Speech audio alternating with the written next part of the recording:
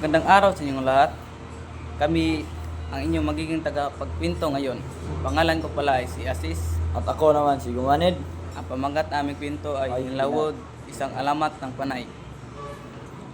Kumusta mga kaibigan? Ngayon ating tunghayan ng epikong Hinalud. Isang alamat mula sa panay na kwento mula sa mga bayani at diwata. Noong ang mundo ay bata pa at ang mga Diyos at nakihalubilo pa sa mga tao, isinilang sa Hinlawod ang tatlong magkapatid. Hindi sila karaniwang tao, sila ay mga anak ng Diyosa at Dato. Ang pangalan nila ay Labaw, Donggon, Humadapnon at Dumalapdap. At ang kanilang tadhana ay sinulat sa dugo at pag-ibig, ang mapa ng kasaysayan. Ito ang Hinilawod.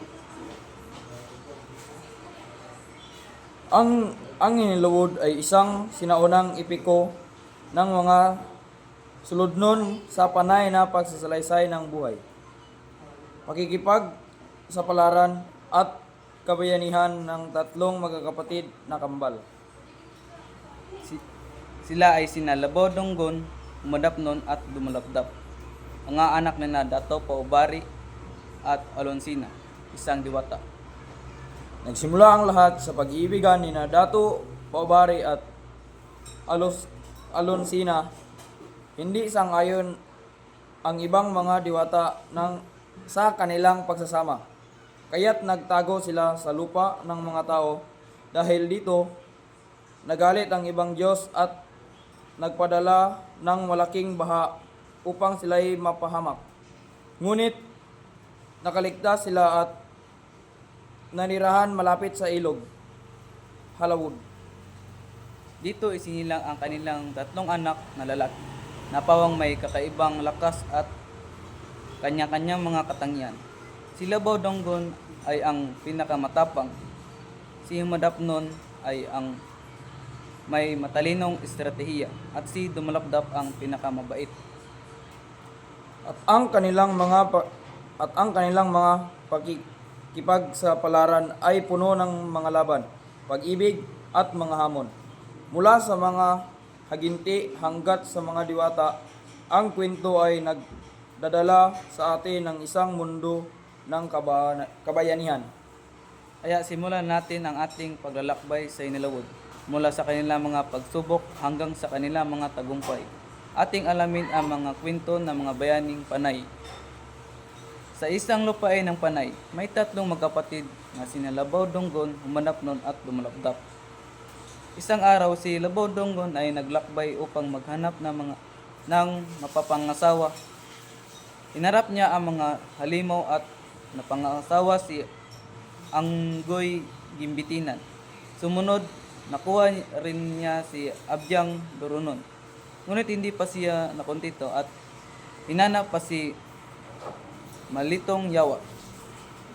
Sa kanyang paglalakbay, nakilala ni Labaw Donggon si Buyong Baranugan, isang makapangyarihang mandirigma. Nakipag-away si Labaw Donggon kay Buyong Baranugan at nagwagi. Kaya naging kaalyado niya ito.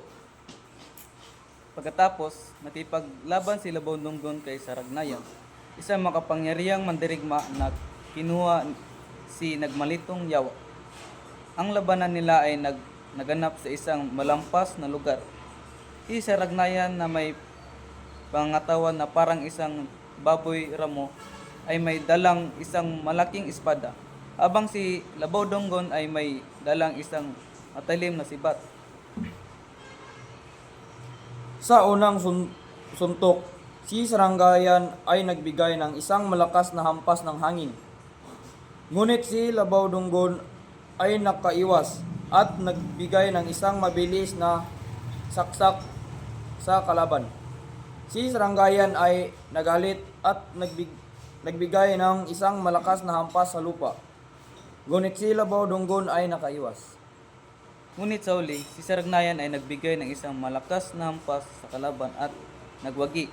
Si Labaw, Donggon ay bumagsak sa lupa at naging bihag ni Saragnayan. Pagkatapos dinala ni Labaw Dunggon sa kanyang kaharian at ginawa siyang isang alipin at kinulong.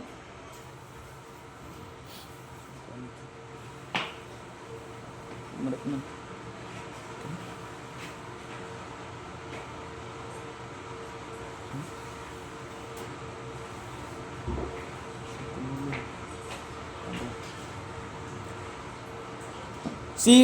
Si Humadapnon ang ikalawang anak ni Dato, Paubari at Alosina ay ibinali ay nabalitaan na sinapit naka, nakakatandang kapatid kaya nagdesisyon na iligtas si Labaw Dungon. Sa kanyang paglalakbay, nakilala ni Humadapnon si Brigadang Dapa Sinaklang Alon, isang diwata na lumulong sa kanya. Nakipaglaban si Madapnon kay Saragnayan. Naglaban sila ng 7 taon na walang tigil. Pantay na pantay ang kanilang lakas at galing sa sandata. Walang gustong sumuko. Ang kanilang mga espada ay nagliliyab, ang dagat ay umuuga sa bawat pagtama nila. Sa kabila ng kanilang matinding labanan, nagwagi si Madapnon dahil sa tulong ng diwata na si Burigadang Pada. Sinaklang Alon na nalaman niya ang kahinaan ni Saragnayan. Pagkatapos, si Dumalapdap, ang bunsong anak ni Nadato, Paubari at Alonsina, siya ang pinakabata sa 3 magkakapatid. Papunta sina Dumalapdap at Dumasig sa Burutlakan kadlaw para sundin si Lubay Lubyok. Hanginon si Mohuyok-huyokon. Pagdating nila sa Tarambuan, Kabunwa, hinarang sila ni Balanako, isang halimaw na may 2 ulo na nagbabantay sa Tagaytay. Nakipaglaban si Dumalapdap kay Balanakot. Sa tulong ni Dumasig, ang pinakamalakas na wrestler sa Madyas, napatay nila ang halimaw. Dahil ito, nakadaan sila papunta sa palasyo kung saan naghihintay naman si Uyutang, ang susunod niyang kalaban. Matapos patayin ni Dumalapdap si Balanakon, nakarating siya sa tarangkahan ng palasyo ni Lubay Lubyok. Hanginon si Mahuyok-huyokon.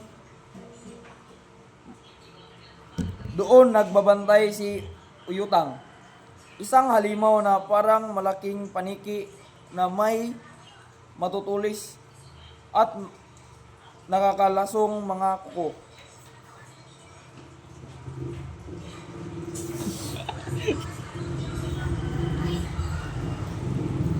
Naglaban sila ng 7 buwan, bantay ang kanilang lakas. Sa ika-7 buwan, nahawakan ni Dumalapdap ang bukong-bukong ni Uyutang at binali ito.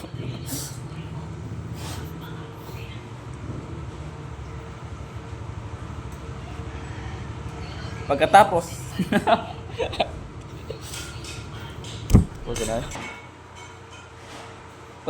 sinaksak niya ito sa kilikili gamit ang kanyang mahiwagang punyal. Sumigaw sa sakit si Uyutang at nagdulot ng malakas na lindol. Nahati ang Tagaytay na pinaglabanan nila. Ang isang parte ay naging isla ng Negros at ang isa ay naging isla ng Panay.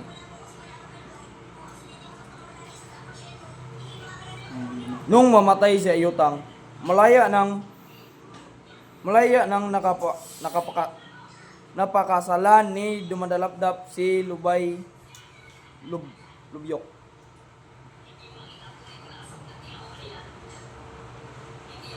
Pagkatapos ng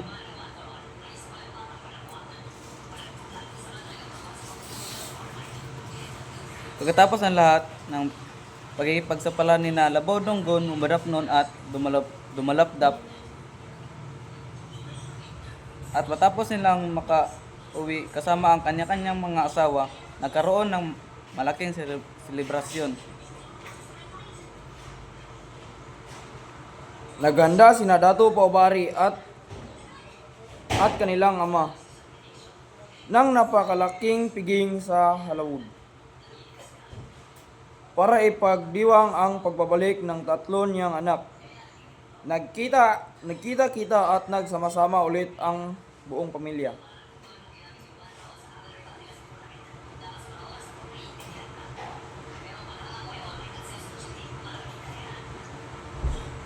Pagkatapos ng piging, nagdesisyon ang tatlong magkapatid na maghiwa-hiwalay para pamunuan ang iba't ibang parte ng mundo.